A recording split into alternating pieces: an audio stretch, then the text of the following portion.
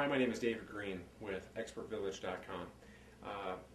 We're now ready, since the carpet's been vacuumed, we're ready to pre-treat the carpet, or as we say, pre-spray the carpet. We've got our inline sprayer that has our solution coming out, mixing as he sprays with that 8 parts water to 1 part of this concentrate.